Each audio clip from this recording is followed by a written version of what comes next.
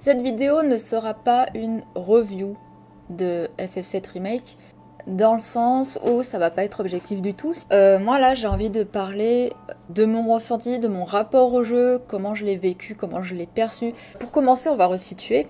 Final Fantasy VII c'est un jeu qui pour moi, donc moi je suis née en 85 et j'ai dû jouer à FF7 en, on va dire vaguement en 2000, donc j'avais genre 15-16 ans. C'est pas mon vrai premier parce que je me souviens très bien qu'à l'époque, en fait, moi je voulais faire FF8, que je trouvais beaucoup plus joli. Le trailer au début, il me plaisait beaucoup. Enfin, l'intro du jeu me plaisait beaucoup. Au final, un pote m'avait procuré le 7 et j'avais commencé à jouer, mais je n'avais rien à foutre en fait. Et j'ai joué genre comme ça et tout. Après, j'ai eu le 8.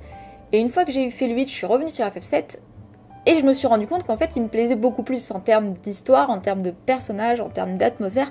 J'avais vraiment une plus grande, comment dire, une plus grande connexion avec ce jeu très très clairement. C'est un jeu qui m'a beaucoup plu pour plusieurs raisons, et l'une d'entre elles, c'est, on va dire, l'atmosphère. Parce que à cette époque-là, il y avait FF7, mais j'ai aussi découvert d'autres œuvres qui étaient visuellement, qui pour moi, c'est un peu le même truc, c'est un peu le même package. C'est par exemple Akira. C'est par exemple Gun, c'est par exemple Blame, c'est toutes ces œuvres qui représentent des sociétés un peu tendance cyberpunk. Alors c'est surtout valable pour Blame, le côté cyberpunk, mais cette esthétique qu'on a dans FF7, l'original, avec ces énormes cuves toutes rondes, et puis des énormes tuyaux, et des énormes trucs à tourner, de la fumée partout, c'est dégueulasse. Il y a des câbles partout, il y a des énormes tuyaux, c'est très important, des énormes tuyaux. Donc il y a vraiment une esthétique très précise que je retrouve un peu partout. Et genre la cuve de Genova, c'est la même cuve que la cuve d'Akira, en fait. Ça a la même gueule, c'est ce qu'on faisait à l'époque, en fait. C'est quelque chose, je pense, qui est vraiment très daté comme esthétique et qui, moi, me plaisait beaucoup à l'époque et me plaît encore beaucoup aujourd'hui. Et pour moi, FF7 devrait rester dans cette esthétique-là qui, pour moi, enfin, dans mon ressenti perso, le caractérise, et c'est ce qui n'a pas été fait. Ce remake, je l'attends depuis plus de 10 ans. Ça doit faire 15 ans que j'attends ce remake, sans exagérer. Parce que il y a eu du teasing, mais tellement de teasing pendant toutes ces années, c'est un truc. D'abord, ils nous ont fait, alors je sais plus dans quel ordre, mais il y a eu le film Advent Children, où ils ont rajouté des copains à Sephiroth. Ah bon, ok, mais c'était le kiff de les voir en film. Il y a eu l'animé Last Order qui est sorti alors uniquement au Japon à l'époque, mais qu'on peut trouver maintenant facilement, qui est un animé qui dure 20 minutes et qui se concentre sur Zack, Cloud quand il s'échappe, tout ça, enfin voilà, les scènes que les fans adorent, et je fais partie évidemment de ces fans.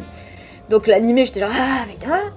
Après bah allez, c'est pas, on va continuer, ils nous font Dirge of Cerberus qui se centre sur Vincent, un personnage qui, je le rappelle, est un personnage bonus de base, hein, qu'on n'était pas obligé d'avoir comme Yuffie, et qui pourtant dans le cœur des fans a vraiment beaucoup d'importance. Ce jeu-là, je sais que j'ai essayé de le faire plusieurs fois, qu'à chaque fois je décrochais, enfin il est pas vraiment intéressant, je le sais.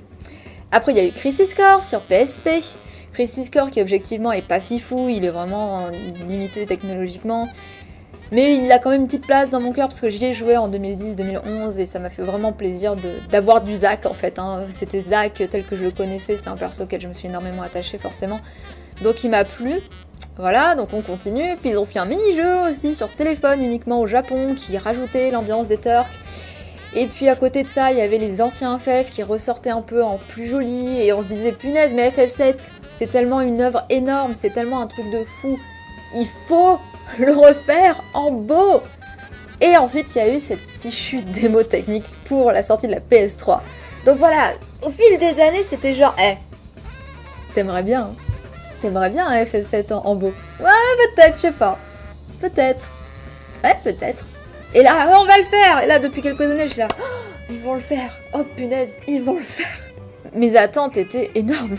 Je vais repartir sur les choix graphiques qui ont été faits avec lesquels j'ai quelques soucis, on va dire. Pour commencer, le jeu d'origine a quand même un design... Enfin, les personnages ont des designs qu'on va qualifier de over the top.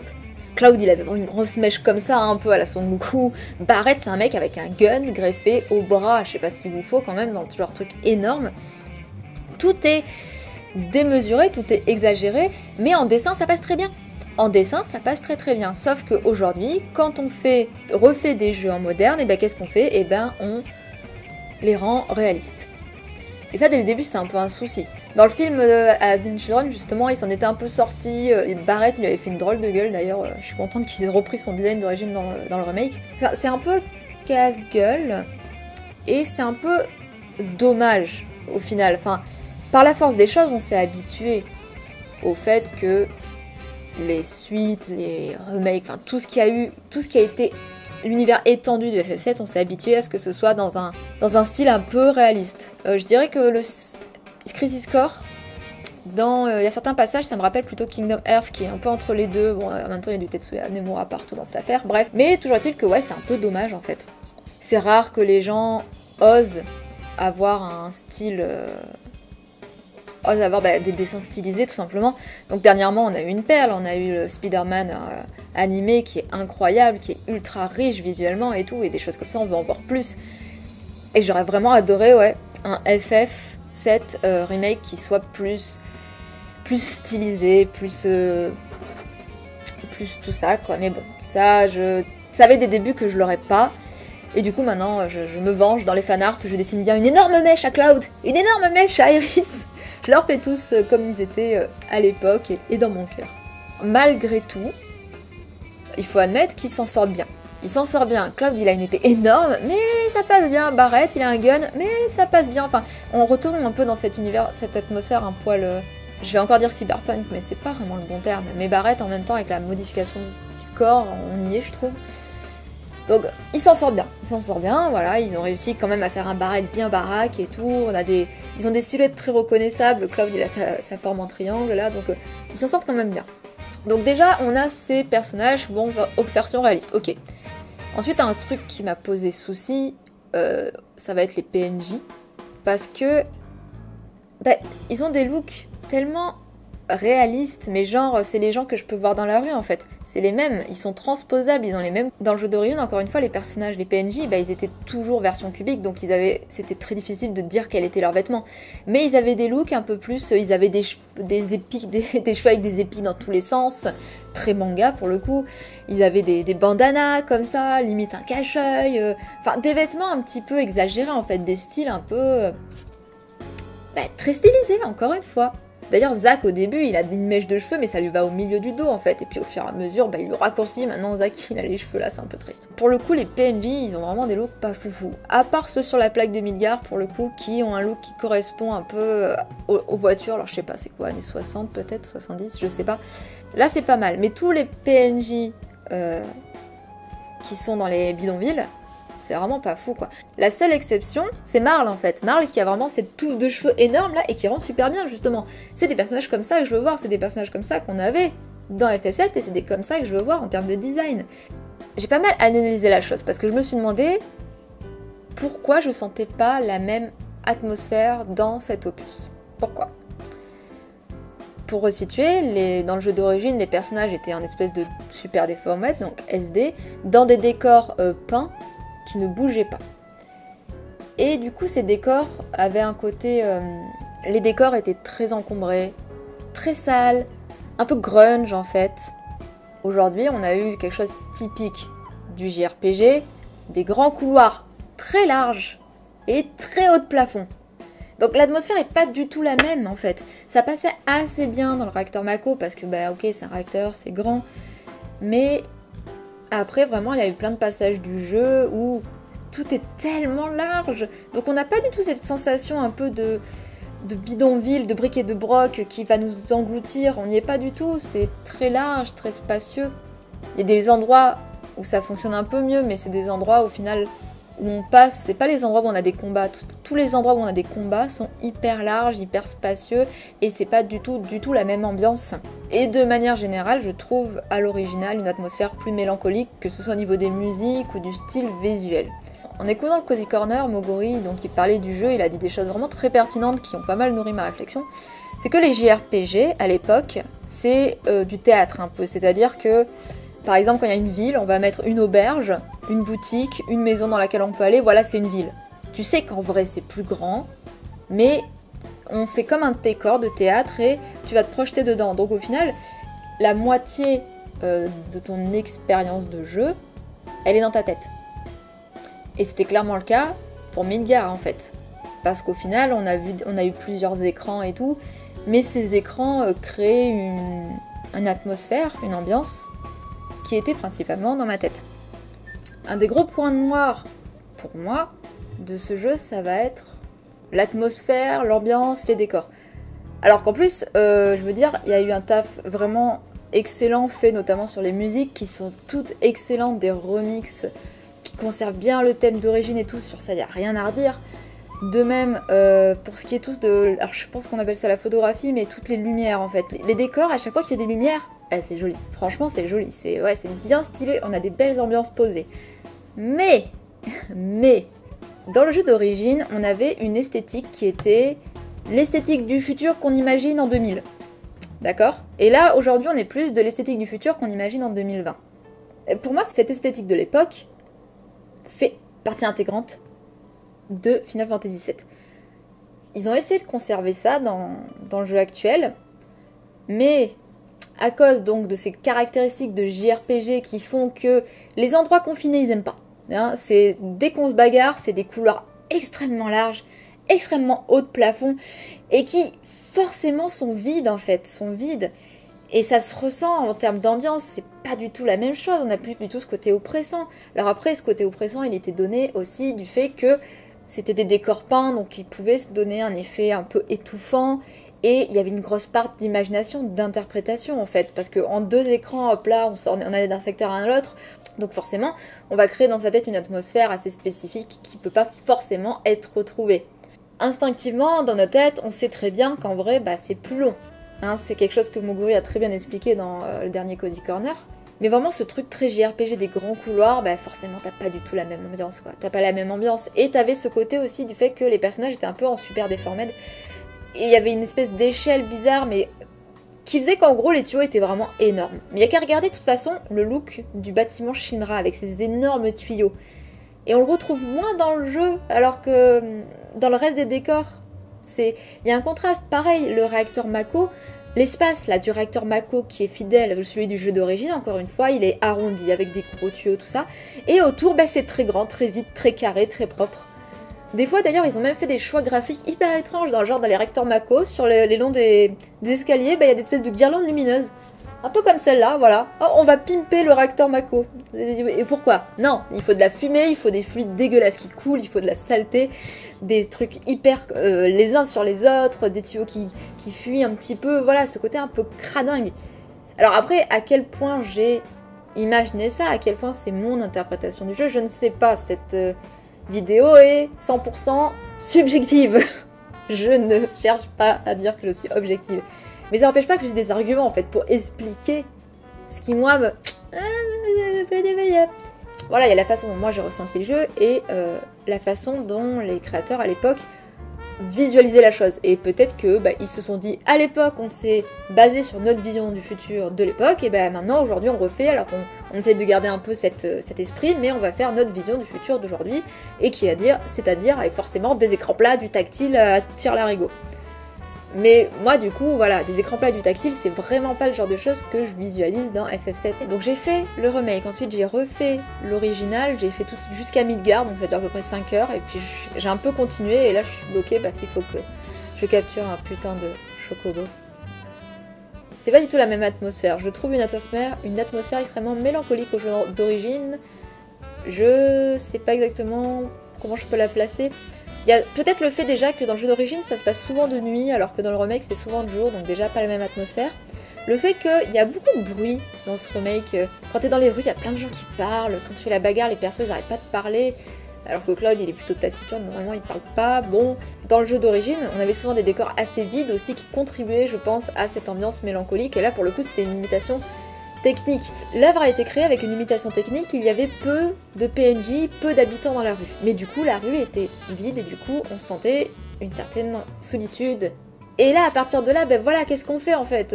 Ça a créé quelque chose qui n'était peut-être pas forcément ce qu'ils voulaient faire à l'époque, je sais pas.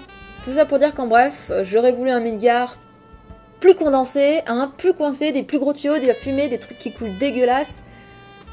Du crade, s'il vous plaît.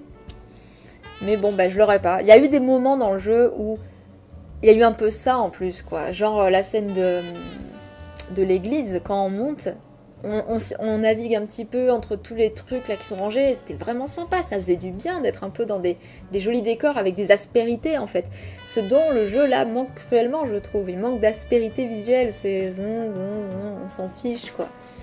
Il y a eu des... Et puis en plus, le fait que les niveaux soient extrêmement longs n'aide en rien, mais je vais y venir. Avant de dire ce qui m'a déplu plus que le design des personnages, le design des PNJ, le style, l'atmosphère, tout ça, je vais quand même parler de ce qui m'a plu, parce qu'il y a quand même des choses qui m'ont plu, encore heureux. Comme je l'ai dit, il y a les musiques qui sont formidables, les lumières, voilà.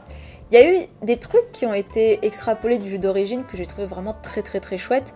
Par exemple, le fait que la maison d'Aeris, où il y a de la verdure, ça se répandait dans le bidonville de manière très progressive, ça c'était hyper stylé. Ça rendait vraiment très bien. C'était, ouais, ok, j'étais carrément dedans, je fais ouais, c'est génial et tout.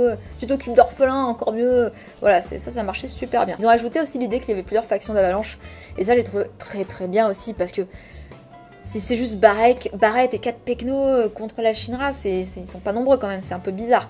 Alors que, bah oui, c'est réaliste qu'il y ait plusieurs factions avec la même idée de base, mais qui ont des manières de fonctionner différentes, tout ça. Donc j'ai trouvé ça hyper cool et je me demande si ça va être... s'ils vont le replacer. Globalement, en termes d'écriture, il y a des échanges entre les persos qui ont été vraiment chouettes, qui m'ont vraiment bien plu. Enfin, j'ai quand même bien retrouvé les personnages. Voilà, ils sont quand même bien caractérisés, même si Tifa est assez différente, j'ai trouvé, mais c'est pas inintéressant. Pour moi, dans le jeu d'origine, Tifa, c'était vraiment une meuf hyper dynamique, hyper peps, qui pète la gueule à tout le monde, vraiment toujours assez de bonne humeur. Alors que dans le remake, c'est plus une jeune fille un peu inquiète, un peu... elle en a vachement apporté, c'est dur, elle veut faire le bien pour la planète, mais en même temps, elle est pas forcément d'accord, elle veut pas faire de mal aux gens. Elle est un peu plus tourmentée, et c'est très intéressant, je l'ai bien aimé comme ça. Aeris, c'est Aeris, quoi, franchement. C'était tendu, parce qu'Aeris, c'est quand même un perso pas évident à faire. C'est un perso pour lequel on a forcément de l'affection, et du coup, c'est pas facile d'écrire un personnage où on se dit, il va falloir que ce personnage suscite l'affection. Barrett, voilà, son côté je gueule partout, nickel, et puis tous les personnages aussi, hein. Jessie, Biggs et Wedge, ils sont vraiment sympas comment ils ont été personnifiés. Par contre, la grossophobie avec Wedge, mais... Alors ça m'a fatiguée. Mais ça m'a fatiguée. Donc ouais, la grossophobie avec Wedge, mais... Déjà dans le jeu d'origine, ça y était un peu. C'était lui qui était toujours ridicule, genre, quand il se barrait du réacteur, il a littéralement des flammes au cul, tout ça, bon. Mais là, le nombre de fois où on te montre que « Ah, il est gros et il a faim !» Haha, c'est drôle. Heureusement, après, il est personnifié avec d'autres choses, notamment le fait qu'il adore les chats, le fait que c'est un gars plutôt timide, mais sur qui on peut compter, tout ça. Voilà, heureusement, ça s'améliore un peu. Mais il y a eu une espèce d'humour enfin voilà, s'il y avait bien quelque chose à oublier du vieux jeu, c'était ça, et ils l'ont gardé. Alors, je sais pas où ça en est au Japon, niveau des mentalités. Faut dire que même en France, ce genre de sujet-là, voilà, ça vole pas haut souvent. Évidemment, comme beaucoup de personnes, j'ai adoré la scène à Wall Market. Là, pour le coup, tout le passage à Wall Market, même s'il y a eu des trucs qui m'ont un peu saoulé dans les allers-retours, mais ça, genre, j'y viens après. Les personnages qui ont été créés, le délire de nous faire les combats dans l'arène, tout ça, et surtout le Onebi. La scène du Onebi est vraiment folle parce que ils ont réussi à transformer une scène qui, à l'époque, au final, était un peu sexiste, un peu homophobe aussi, un peu gênant, haha, il se déguise en fille, c'est la honte. Et là, c'est devenu une espèce de consécration du queer, de la fluidité du genre, ah voilà, c'est pas important le genre, Cloud, tout ce qui est important c'est la beauté. Et puis Cloud qui est genre, ok, voilà. Et cette scène de danse, mais qui est à hurler de rire avec Cloud qui donne tout ce qu'il a. Non, franchement, cette scène, elle est ouf, quoi. Cette scène, j'avoue, là, je l'ai adorée, j'ai adoré. En plus, ils ont donné un style assez spécifique au mec. Ils lui ont pas donné un de ces looks un peu de bichi random qui donne à chaque fois avec j'ai de la mèche comme ça et tout. Non, il a les cheveux courts. J'ai Andrea et j'ai trouvé ça très chouette aussi. Ce que j'ai pas aimé. Alors pour commencer, on va parler de tous les niveaux qui ont été étirés. Long. T'es là, t'as l'histoire. Et puis vas-y que tu vas faire des couloirs pendant des heures. Il y a un soir, j'ai joué en partage avec Ed et il me regardait jouer un stream privatif, on va dire. J'ai passé 3 heures dans le réacteur à faire des allers-retours, des machins, des bidules. C'était chiant. C'était juste chiant, en fait. Et en fait, je me suis rendu compte que ce jeu, il fait la même chose qu'on peut voir lorsqu'il y a des jeux vidéo adaptés d'un film. Je vais prendre un exemple que tout le monde connaît. Dans Le Seigneur des Anneaux, à un moment, Legolas fait du surf sur un bouclier. Voilà, c'est une scène qui dure quasiment rien, mais c'est une scène assez iconique qui a fait kiffer tout le monde. Et bah, si on l'adapte en jeu vidéo, on va créer un niveau complet où il faut faire du surf, où il faut esquiver les orques, où il faut les buter, patati patata. Et puis bon, bah, dans ce genre de contexte, tu fais c'est un peu étiré, mais ouais, vas-y, ok, il fallait bien créer des niveaux, donc tu crées des niveaux. Ils ont fait la même chose avec ce remake de FF7, sauf que c'était déjà un jeu de base, donc c'était pas la peine de prendre des micro-éléments et de les étirer pour en faire du remplissage en fait. Je pense par exemple aux fameuses mains grues. Alors de base, dans le jeu de base, t'as effectivement, quand tu passes avec Eris dans le décor, tu as une main grue. Et bah là, les mains grues, ils ont transformé ça en vas-y, allez, tu dois manipuler la main grue, Aéris elle monte dedans, tu la déplaces, c'est lent, c'est chiant. C'était pas amusant du tout. À la limite, une fois, deux, allez, mais là c'était plusieurs fois, peut-être 6 fois d'affilée. Ça m'a saoulé, c'était pas drôle en fait, c'était chiant. Le chemin était tellement long, c'était chiant. Il y a eu plein de fois où vraiment j'étais là, j'ai lancé le jeu en me disant, bon bah j'espère que ça va être bien, mais en m'apprêtant à souffrir. Parce que je savais que j'allais me faire chier, que ça allait être long, que ça allait être relou. Et... voilà quoi.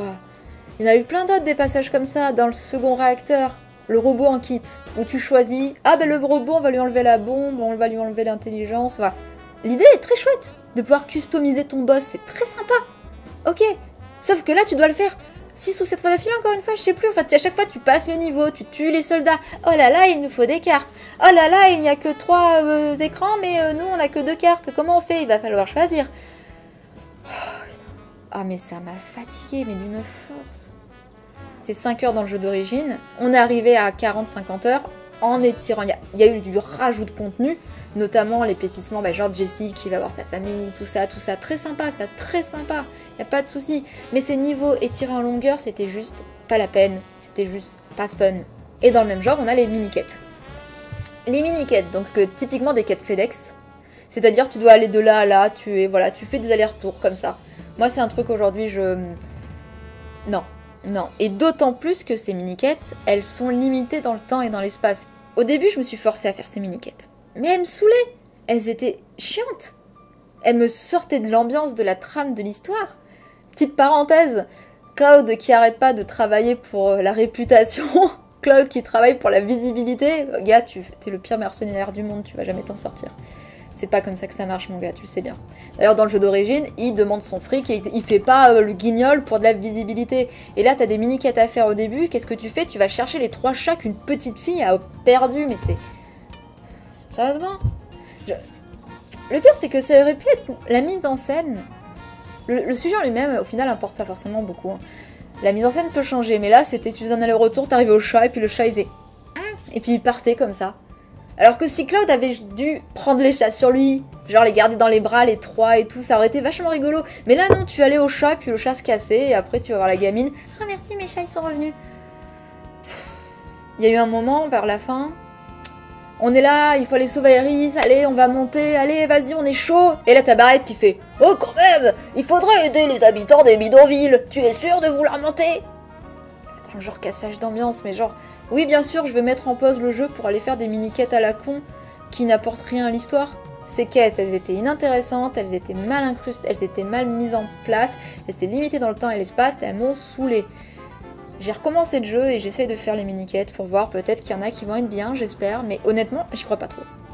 Le Bellat sur sa moto, on en parle? Non, on n'en parle pas. Hein, ok, il sert à rien, je sais pas pourquoi ils ont rajouté ce personnage, son design est dégueulasse, il est complètement incohérent, il est nul, je ne comprends pas pourquoi ils ont rajouté ça, il n'apporte rien. Mais donc là, tout ce que je reproche au final, est-ce que ça serait pas des caractéristiques du JRPG? Peut-être. Moi, j'ai perdu l'habitude de jouer au JRPG, en fait. Moi, les jeux qui m'ont marqué, ça va être Bloodborne, ça va être Last of Us. Voilà, c'est un autre style, hein. C'est pas le même genre de narration, c'est pas le même genre de mécanique de jeu. Les JRPG, ils avaient des espèces de limitations techniques. Et par exemple, il y a un an, j'ai un peu joué à FF14 Online et j'avais du mal avec les quêtes FedEx, les grands couloirs déserts. Tout ça, j'y arrivais pas. Alors que ma compagne, qui elle est toujours restée dans le milieu des JRPG, bah ça la dérange pas du tout en fait. Elle a l'habitude, c'est comme ça. Et je suis sûre qu'elle va énormément apprécier ce remake de FF7. Que là où moi j'ai buté, elle va dire bah ouais, normal. Enfin, c'est comme d'habitude, qu'est-ce qu'il y a? Donc je pense que la culture que j'ai amassée, le fait que je me sens un peu distancée des JRPG, a joué dans ma manière d'appréhender les choses et de m'énerver des quêtes FedEx, des trucs. Genre au début quand Tifa on va donner des filtres, tu sais même pas ce que c'est les filtres, on les voit même pas visuellement, il faut un geste de la main. Donc c'était très... Ça faisait rallonge en fait.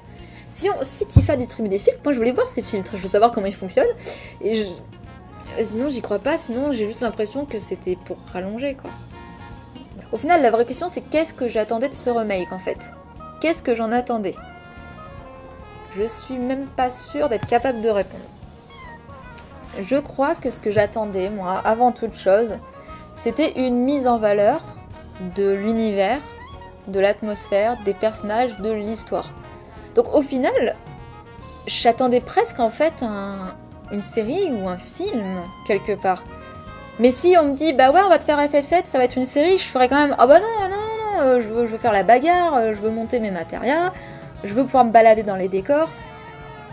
Mais c'est vrai que j'ai souvent une approche dans les jeux vidéo où je veux vraiment m'accrocher à l'histoire et le fait de pouvoir jouer en soi, pour moi, va être un espèce de bonus. Genre, ah c'est cool, je peux avoir un impact, c'est moi qui fais avancer l'histoire à mon rythme. Donc voilà, FF7 doit demeurer un jeu pour moi, mais s'il y avait eu beaucoup de cinématiques, je crois que ça m'aurait pas dérangé. Pourtant, il y en a déjà pas mal. En termes de jeu, le fait que FF7 Remake soit un jeu couloir en soi ne me dérange pas. FF10 c'était un jeu couloir et je l'avais adoré. Les jeux couloirs en soi, moi je préfère un jeu couloir avec un scénario bien ficelé que du open world où au final tu t'égares, c'est vraiment très casse-gueule. Je fais partie de ceux qui pensent qu'une bonne histoire, bah ouais voilà, si tu fais dans les clous, ton personnage, le joueur, tu lui fais vivre des événements précis dans un ordre précis, tu racontes quelque chose par l'univers, par les PNJ, tout ça, il n'y a pas de souci. Mais dans ce remake, il y a eu de trop nombreux passages qui ne racontaient rien en fait. Donc j'ai pas mal parlé de trucs, mais là on va vraiment spoiler dans le dur du dur, on va spoiler le dernier chapitre du jeu. Donc si... Pourquoi vous regardez cette vidéo si vous n'avez pas fait le jeu, hein? Bon. Spoiler! Les fillers! Les fillers. Alors, par où commencer? J'y ai pas mal réfléchi. Le concept en soi des fillers, de dire, ok, ce côté un peu méta de dire, on fait un remake du jeu, mais c'est comme un monde parallèle, il y a des choses qui vont être différentes. Au final, ça va être un AU, hein, ça c'est un truc très connu du milieu des fanfics. AU, Alternative Univers, c'est genre, tu vas faire la même histoire, mais avec un « et si ». Par exemple, « et si Zack n'était pas mort ?» Et là, tu fais un AU où Zack est vivant, et du coup, tous les événements vont changer. Moi, c'est un type que j'adore, que j'aime beaucoup. Donc si, dès le début du jeu, ça avait été clair que c'était un AU, je pense que déjà, j'aurais été plus « ok, d'accord, on a changé tel truc de base », le contrat aurait été plus clair pour moi. C'est de ma faute quelque part, hein, mais moi, j'avais beau savoir que qu'ils avaient dit c'est un nouveau jeu, on change des choses, tout ça. En vrai, au fond de moi, je l'avais pas entendu et j'étais persuadée que j'allais retrouver le jeu que je connaissais, l'histoire que je connaissais. Et ça a été plus ou moins le cas. Sauf les rajouts des fillers qui sont un peu chelous du coup, parce que si tu connais pas le jeu par cœur, au début tu te rends pas compte qu'ils interviennent au moment où l'histoire diverge de l'original. Donc du coup c'est genre, ok, ils ont rajouté ces trucs, pourquoi? J'essaie de garder l'esprit ouvert honnêtement. Je me disais bon bah on va voir ce que c'est. Par contre leur design est dégueulasse, des espèces de silhouettes encapuchonnées, mais vraiment, mais le niveau zéro du design quoi, c'est vraiment nul à chier. Passons. Parce que, en termes d'esthétisme, tout ce qui était la Mako, Gaïa, etc., la Terre, ça a toujours été une espèce de rivière de la vie brillante et tout. Donc si ça avait été plutôt des espèces de filets de lumière, je trouve que déjà ça aurait peut-être plus collé. Enfin bon, après ils ont peut-être des idées, mais vraiment je trouve leur design dégueulasse. Ils sont là tout au long du jeu, genre on va foutre le bazar, mais en plus de ça, ils ont une capacité d'agir sur l'univers que je trouve assez à chier en fait. Ils apparaissent et ils te poussent. Ah, dans le genre contrôleur du destin, j'imaginais autre chose en fait.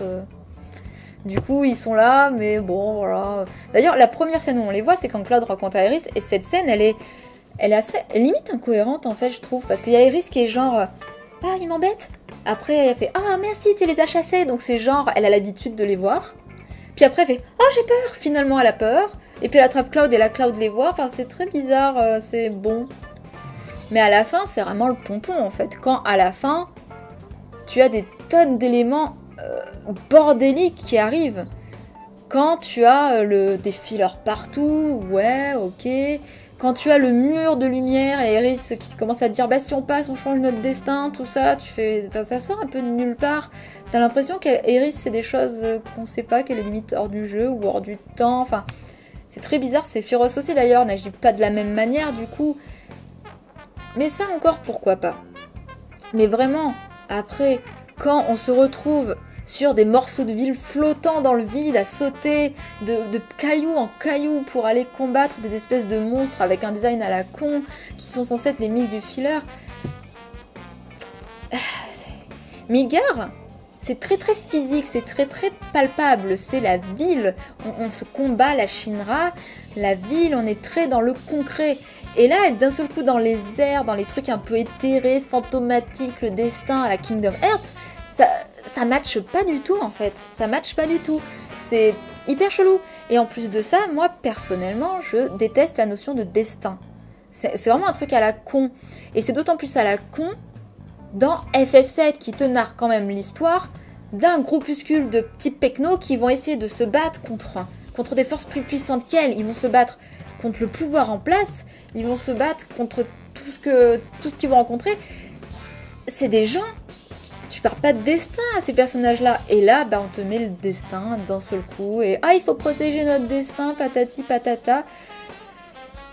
Donc ouais, la pilule, vraiment, elle n'est pas passée pour moi. Elle est vraiment pas passée à ce moment-là. Et en plus, à la fin du jeu, quand tu sors de Midgar, ils t'ont superposé ça avec le passé quand Zack revient. Parce qu'ils savent bien que nous, les fans, on adore Zack. Allez, hein, il finit de nous appâter au cas où on a été déçus par le jeu.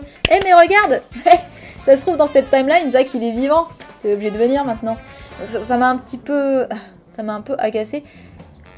Ça peut donner des choses vraiment cool, honnêtement.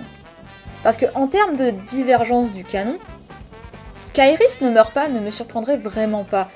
Dès qu'il y était mention d'un remake FF7, je me suis dit, ok, Iris ne mourra pas au même moment. Pour moi, j'imagine bien qu'ils vont nous dire, vas-y, à la scène où Sephiroth il la tue, bah non, en fait, elle va pas mourir, peut-être elle mourra après. Voilà, ça, je le vois venir gros comme une maison. Ça... Parce qu'à l'époque, ça nous a touchés parce que c'était inattendu, mais voilà, 20 ans après, on a tous joué au jeu d'origine, on sait qu'elle va mourir, donc c'est plus cohérent de nous... Voilà, de nous titiller. Ça peut être vachement sympa. Mais, vu certains choix qui ont été faits, vu le bordel de cette fin d'épisode, je suis pas très rassurée. Ça peut donner des trucs méga cool. Maintenant, les termes du contrat sont bien plus clairs. Hein. Ok, c'est un AU. Ok, comme disait Moguri, les fillers, c'est un peu une métaphore des fans qui veut que le jeu d'origine reste sur ses rails. Mais au final, c'est une nouvelle vie. Ces personnages, ils vivent pour de vrai. Ils vont pas se contenter de mimer une histoire d'il y a 20 ans. Ils vont faire leur propre histoire. C'est très très très cool conceptuellement, mais j'ai très peur de la réalisation.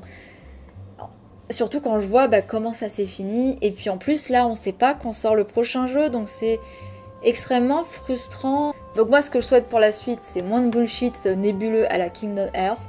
Plus de concret et moins de passages étirés en longueur de manière inutile. Et pas de mini-quêtes qui servent à rien. Voilà. Si on enlève tout ça, ça pourrait être vraiment très cool. Et il y a vraiment... les possibilités sont infinies là pour le coup. C'est même assez enthousiasmant. Pour conclure, quand j'ai fini le jeu... Honnêtement, j'étais vraiment très très affectée émotionnellement et je me suis rendu compte que j'étais triste en fait. J'étais vraiment triste parce que FF7 c'est un jeu qui a une place énorme dans mon cœur parce que j'ai vraiment vécu des expériences émotionnelles très très fortes avec Cloud et Zack, avec Vincent, avec Iris. Donc forcément c'est un jeu qui a résonné très très fort en moi. Et puis au niveau des thématiques, je parlais au début de tout ce visuel un peu cyberpunk, la scène de la moto, mais bon voilà, on rejoint Akira et les gangs de motards, enfin quelque chose qui me parle beaucoup. Toute la notion de Gaïa, vie de la planète, le côté bobo écolo, c'est aussi quelque chose qui m'a beaucoup parlé. Ce jeu, c'est un monument pour moi et je rêvais tellement de revivre cette histoire formidable avec ces personnages que j'aime, juste en plus beau et en mieux fait. Et ce jeu-là, eh ben, il n'existera pas. J'ai cru qu'il allait exister et ce n'est pas ce à quoi j'ai joué. Donc je suis un peu triste. J'ai vraiment passé la soirée, j'étais vraiment très très affectée. Maintenant c'est un peu posé, je me dis bon, malgré tout, malgré cette sensation de jouer un jeu un peu Frankenstein, c'est-à-dire qu'avec des passages qui me semblaient comme greffés, et puis la greffe elle avait pas prise, il y a quand même eu pas mal de moments où, effectivement comme c'est bien écrit, j'ai retrouvé Cloud, j'ai retrouvé Tifa, enfin tous les personnages vraiment, j'y suis très attachée et ça a fonctionné. Ça, notamment au niveau des Turks, étrangement, j'étais pas plus attachée que ça pour les Turks, et là je fais, oh les Turks, ils ont leurs petits dilemmes moraux et tout, j'aime bien. Je me suis quand même rendu compte que j'ai joué à ce remake dans un mauvais état d'esprit, parce que moi je voulais retrouver l'histoire d'origine. Donc dès que ça rallongeait, que ce soit avec des mini-quêtes ou des niveaux étirés, ça m'agaçait, moi je voulais la suite de mon histoire. Et en plus de ça, comme je voulais l'histoire, j'en avais rien à foutre du gameplay. Et quand ça expliquait, tu peux modifier tes armes, tu peux faire ci, tu peux faire ça, t'as le petit gamin, tu peux faire des quêtes, je sais pas quoi, j'en avais rien à faire. Ce qui est un peu le pire état d'esprit pour jouer à un jeu vidéo que d'en avoir rien à faire des mécaniques de jeu. J'ai même pas donné sa chance en fait, j'ai fait vas-y, me saoule pas, vas-y et tout. Et puis d'ailleurs, à la fin, j'ai un peu compris le système d'ATB, tout ça, et je prenais un certain plaisir à faire la bagarre. Donc malgré tout ça, j'ai quand même pris du plaisir, mais j'étais clairement pas dans le bon état d'esprit pour apprécier ce jeu. D'autant plus que quand je le faisais, pour être honnête, le jeu d'origine, je m'en souviens pas si bien. Je me souviens de l'atmosphère, je me souviens des personnages, je me souviens de certaines scènes clés, mais je serais pas capable de raconter le jeu de bout en bout. J'ai quasiment fini le remake, j'ai relancé le jeu d'origine et j'ai fait voilà les 5 heures de Midgar. Et j'ai eu la surprise de réaliser que de nombreux éléments qui m'avaient surprise en fait dans le remake, où je me disais tiens, il y avait ça, oh c'est un peu bizarre, bon d'accord, ok. Et ben en fait ils étaient présents dans le jeu d'origine, c'est juste que je m'en souvenais pas. Et que vraiment le remake il est extrêmement fidèle en fait au jeu d'origine, notamment dans les designs de monstres qui ont été recalés un peu partout, etc. Donc il a des qualités que j'étais pas en mesure de voir. J'étais vraiment pas dans le bon état d'esprit et je m'en rends bien compte aujourd'hui. Et d'ailleurs là j'essaie de le refaire, on me dit maintenant je sais à quoi m'attendre, donc la pilule va peut-être mieux passer, même si il y a des reproches qui, je pense, ne changeront pas de ma part si les quêtes annexes continuent à être aussi à la con, et puis voilà, les décors vides, tout ça. Bon, j'ai assez ranté sur ce sujet. Donc pour conclure, est-ce que j'ai aimé ce jeu? C'est pas facile de répondre. Je vais quand même dire oui, même si j'ai beaucoup de choses à reprocher, mais je peux pas m'empêcher d'espérer que la suite soit bien. J'y jouerai forcément. Au final, quand une œuvre nous touche, surtout quand on est jeune et quand c'est une des premières choses, une des premières œuvres porteuses de sens que l'on découvre, l'image qu'on en a est forcément différente de ce qu'elle est réellement. Parce que déjà, quand une œuvre existe et que toi tu la regardes, tu vois pas ce que voient les autres en fait. Tu vois l'œuvre à travers ton propre filtre personnel. Donc il y a eu des trucs comme ça dans FF7 qui m'ont beaucoup touchée et c'était la première œuvre du genre. Donc forcément, l'image que j'en ai est très personnelle et ne pourra jamais être matchée dans un jeu, même s'il y a des potentielles améliorations qui auraient pu être faites. Moi je veux en discuter, donc n'hésitez pas à me contredire, n'hésitez pas à me donner votre ressenti du jeu, et surtout s'il y a des gens qui ont découvert le jeu, moi c'est vraiment ce qui m'intéresse le plus, c'est les gens qui découvrent le jeu avec le remake. Parce que j'avais un peu cet a priori en me disant, bah tu vas pas jouer au remake si t'as pas fait l'original. Et en fait non, j'ai réalisé que j'ai vu qu'il y avait des gens en fait qui ont jamais pu jouer au remake, au vieux à l'époque, et qui quand ils ont voulu y mettre, ils ont fait oh là là putain les designs sont dégueulasses, et c'est vrai, moi là j'y rejoue avec un grand plaisir parce que bah, j'y ai joué à l'époque, je le connais, c'est mon petit jeu à moi. Mais si on me montrait un jeu de la même époque mais que j'ai pas joué, bah, je ferais genre oh non c'est moche, j'ai pas d'attachement émotionnel, pourquoi je jouerais? Donc voilà, je sais qu'il y a des gens qui vont découvrir avec le remake et je suis vraiment très très très curieuse de savoir comment ils ont vécu le jeu, comment ils ont vécu les personnages, comment ils ont ressenti tout ça. Donc que vous soyez des nouveaux fans ou des anciens fans, moi je veux savoir ce que vous en avez pensé, donc n'hésitez pas à discuter. Voilà, et sur ce, je retourne dessiner un petit fanart pour mon petit cœur de fangirl. Allez, à ciao. Dynamo.